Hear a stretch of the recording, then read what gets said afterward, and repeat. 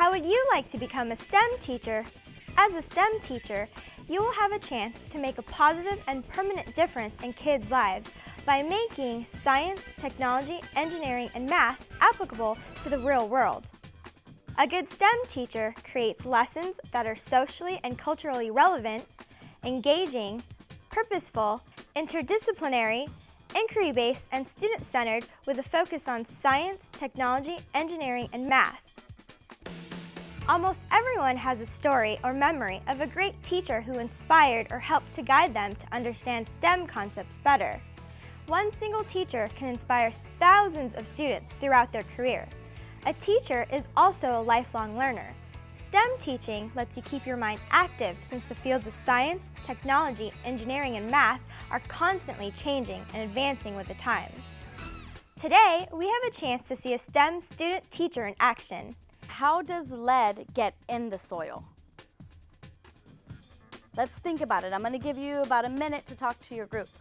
How do you think? Angelita Sepulveda is an elementary education student teacher in the Sac State Teacher Credentialing Program.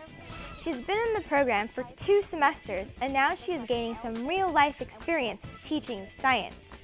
Today, Angelita's class is doing a scientific experiment. The experiment is about soil in a solid form, and the past 2 previous experiments have been on liquid and gas.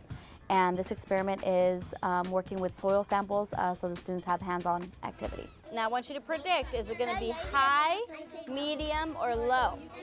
In this topic, the students learned about states of matter, they learned about chemical and physical properties, and they learned about all of this within an environmental context that they live in.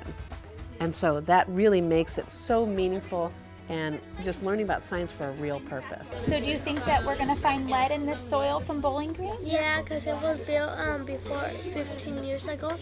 Okay, before 1978? Okay. Would you feel safe if you found lead in the soil? No, Why not?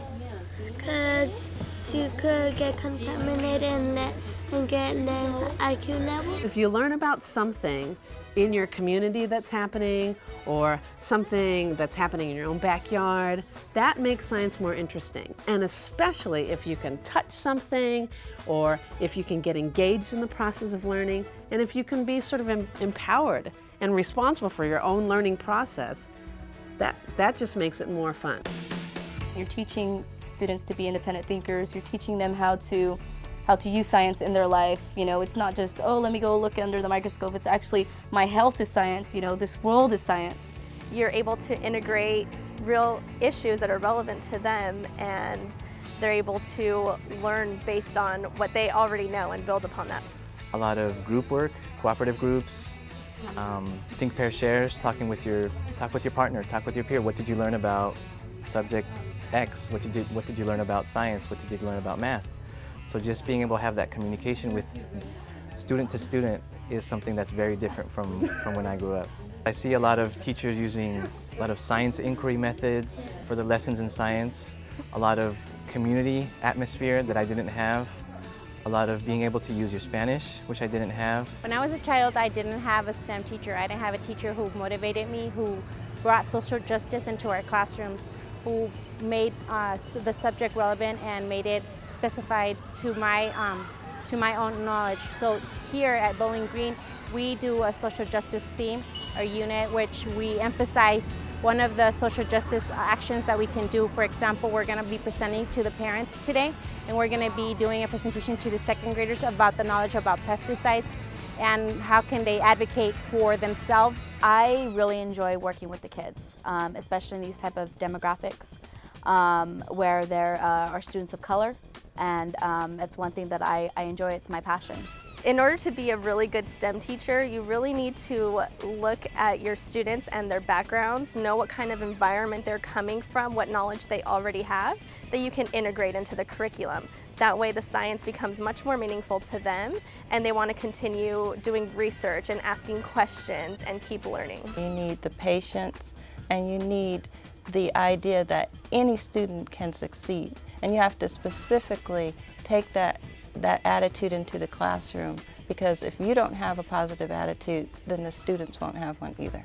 The science that students learn are science that involve engineering, it involves math, it involves biology, it involves physics, but all sort of in one capsule. And what you get out of it is an understanding of the real world instead of an understanding of parts and facts and bits and pieces of what's written in textbooks. Actually, working in the classroom allows us to implement science through a more personal level that brings in community issues so that way they're learning science about themselves as opposed to just learning a content or a concept that they're going to be confused about. They want to make it more personal and also at the same time learn the standards, learn the content, and actually apply it to everyday things in life. When I see that a student really understands something, it's a really great feeling to see that smile on their face and you see that light bulb click inside of them. I want to become a STEM teacher because it's exciting. You're always trying new things. Students are always able to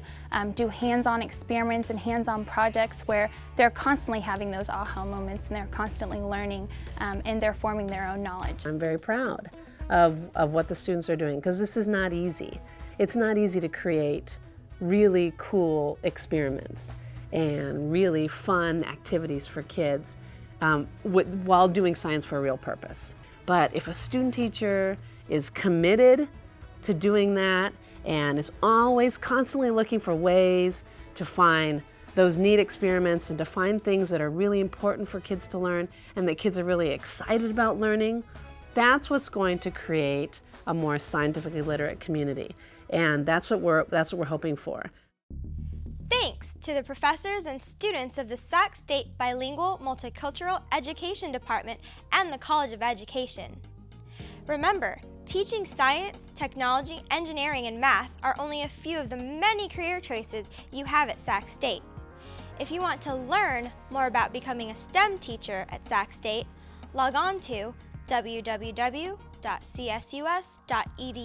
and click on Information Future Students, or visit the College of Education website at www.edweb.csus.edu or call 916-278-3588.